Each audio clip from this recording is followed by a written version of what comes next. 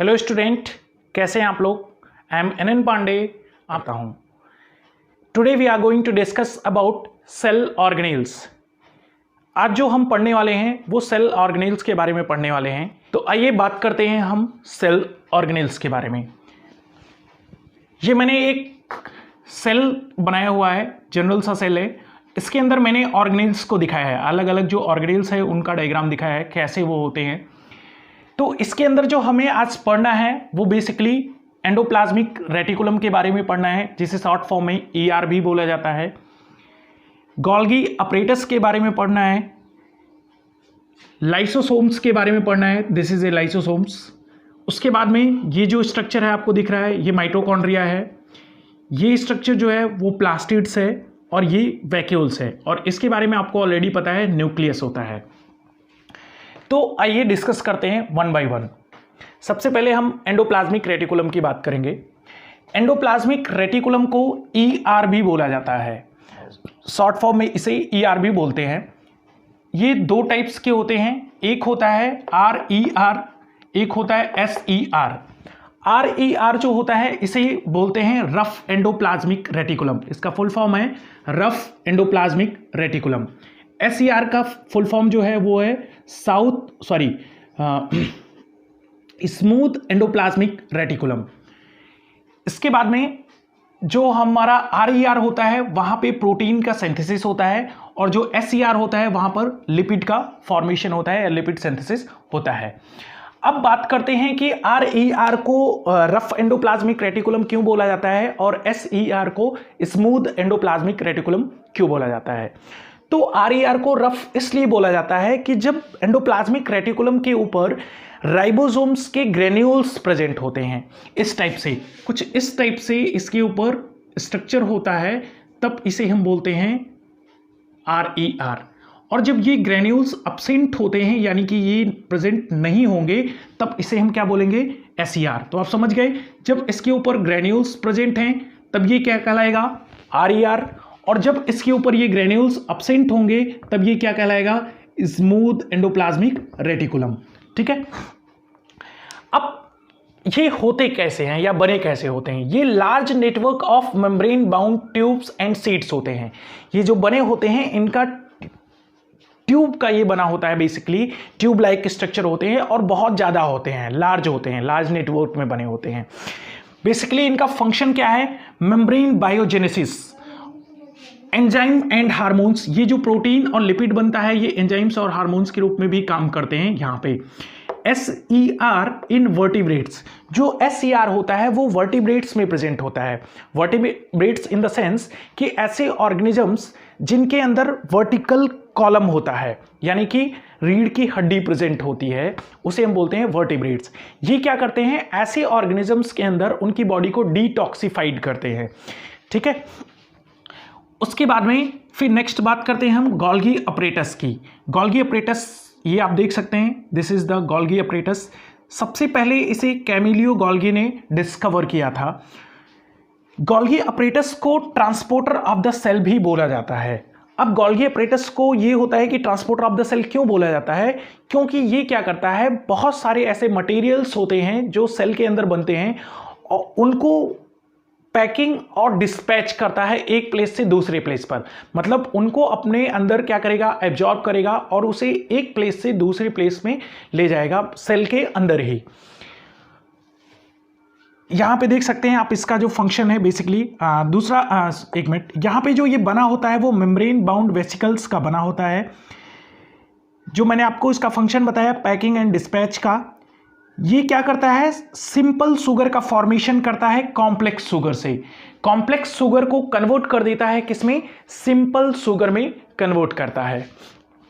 उसके बाद में यहीं पे गोल्गी अपरेटस पे ही क्या होता है, लाइसोसोम का भी फॉर्मेशन होता है। लाइसोसोम्स मतलब ये चीज, जो ये स्ट्रक्चर है, दिस इज कॉल्ड लाइसोसोम्स। ये कहां पे बनती है, गोल्गी अपरेटस पर ही बन जाता है, इसी साइट्स पर। अब यहां बात करते हैं लाइसोसोम्स की। लाइसोसोम्स क्या होता है, मेम्ब्रेन बाउंड सैक्स होते हैं। मेम्ब्रेन बाउंड सैक्स का मतलब हुआ कि एक तरीके से हम बोल सकते हैं पैकेज होता है या पाउच होता है जो कि मेम्ब्रेन बाउंडेड होता है। ठीक है। ये क्या करते हैं, इसके अंदर हार्ड डाइजेस्टिव एंजाइम्स प्रेजेंट होते हैं। इस पाउच के अंदर हार्ड डाइजेस्टिव एंजाइम्स प्रेजेंट होते हैं जो क्या करते हैं, फॉरेन पार्टिकल्स, अगर सेल के अंदर कोई भी फॉरेन पार्टिकल्स आ गया जो कि सेल के लिए हार्मफुल है, तो उन पार्टिकल्स को क्या करेंगे, ये डाइजेस्ट कर लेते हैं। उन पार्टिकल्स को क्या करते हैं, डाइजेस्ट कर लेते हैं। लेकिन सपोज दैट कभी कभी ऐसा होता है कि कुछ ऐसी अनसर्कमस्टांसेस हो जाती हैं सेल के अंदर, जिसकी वजह से ये पाउच क्या होते हैं, ब्लास्ट हो जाते हैं या फट जाते हैं, जिसकी वजह से इसके अंदर का जो हार्मोन्स होता है वो क्या करेगा, अपने ही सेल्स को खाना स्टार्ट कर देगा या अपने ही सेल्स को डाइजेस्ट करना स्टार्ट कर देता है।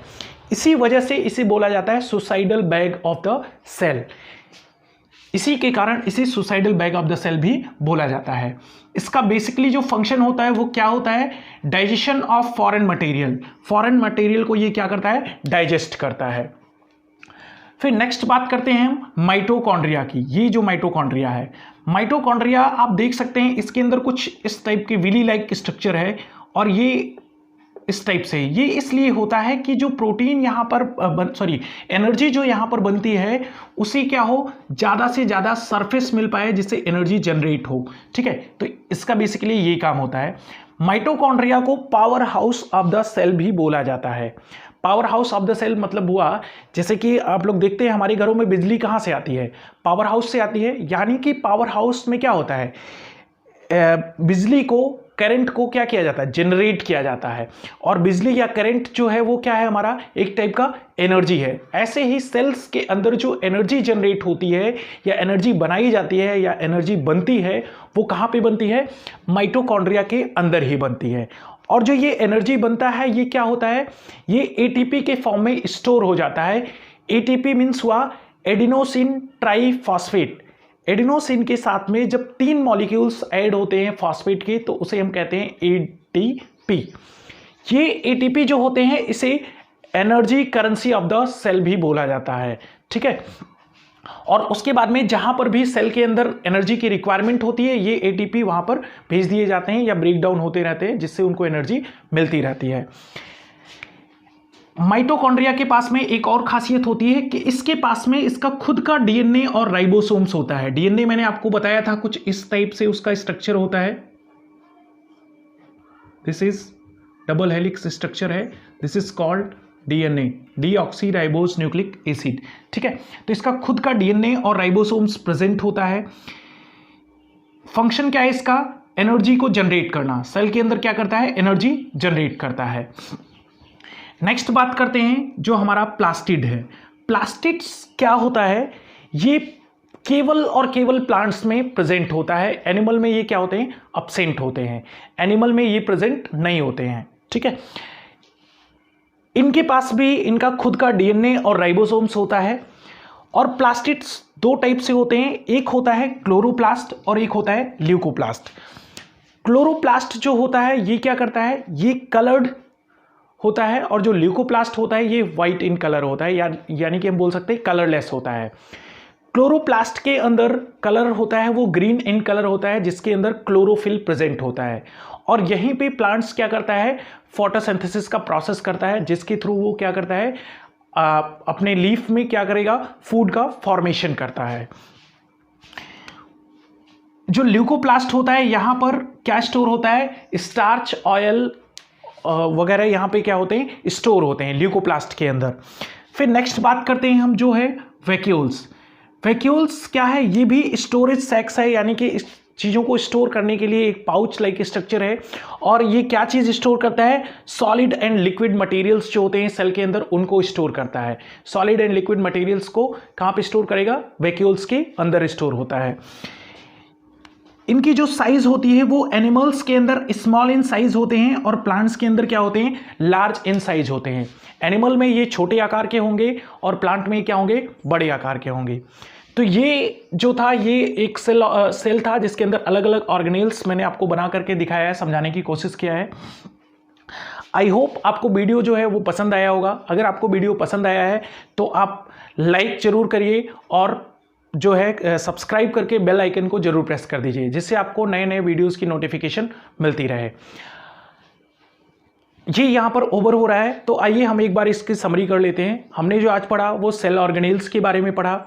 उसमें हमने क्या क्या पढ़ा? माइटोकॉन्ड्रिया पढ़ा, पढ़ा, उसके बाद में एंडोप्लाज्मिक रेटिकुलम को पढ़ा, गोल्गी अपरेटस को पढ़ा, उसके बाद में आपका lysosome, plastids, vacuoles and endoplasmic reticulum.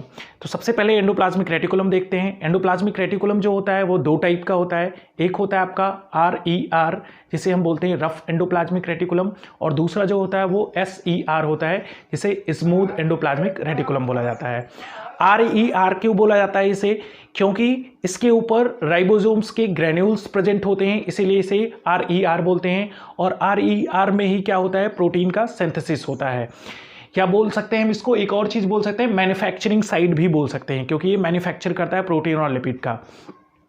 उसके बाद में SER क्या करता है? यहाँ पे जो होता है वो लिपिड का फॉर्मेशन होता है।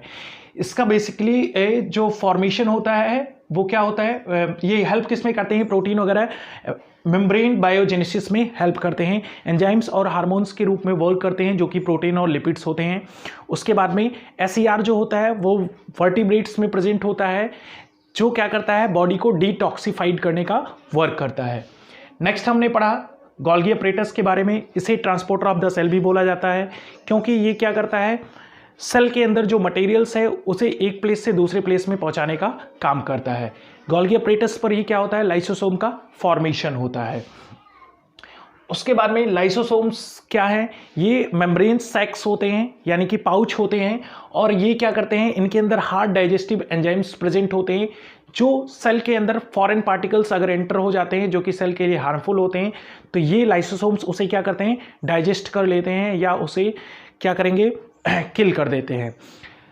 कभी कभी क्या होता है कि ये जो लाइसोसोम पैक होते हैं या लाइसोसोम सैक्स जो होते हैं, ये ब्लास्ट हो जाते हैं किसी अनसर्कमस्टांसेस की वजह से, जिसकी वजह से उसके अंदर जो हार्मोन्स होते हैं वो अपने ही सेल को खाना शुरू कर देते हैं, या अपने ही सेल को डाइजेस्ट करना स्टार्ट कर देते हैं, जिसकी वजह से इन्हें suicidal bag of the cell भी बोला जाता है।